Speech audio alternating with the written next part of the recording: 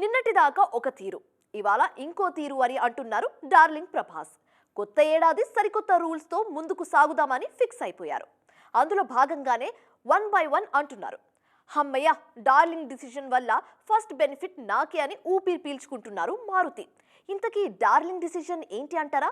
చూద్దాం పదండి.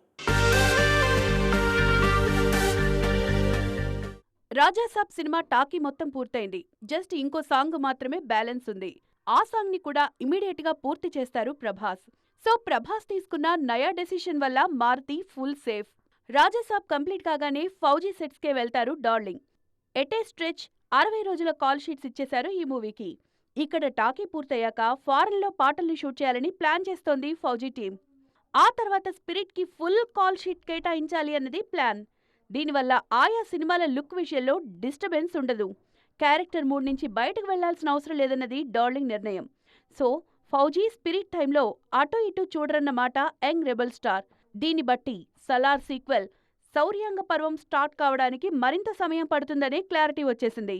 నాగ్ అశ్విన్ కల్కి మూవీతో రెడీగా ఉంటే కల్కి సీక్వెల్ ని ముందుకు జరిపి సలార్ ని ఆ నెక్స్ట్ ప్లాన్ చేసినా ఆశ్చర్యపోవాల్సిన పని లేదు అన్నది డార్లింగ్ కాంపౌండ్ నుంచి వినిపిస్తోన్న మరో ముచ్చట. అప్పటి సంగతి అప్పటిది. ఇప్పుడైతే ఇమీడియట్ గా న్యూ ఇయర్ సొల్యూషన్ అమల్లోకొచ్చేయడం హ్యాపీ అంటున్నారు ఫ్యాన్స్.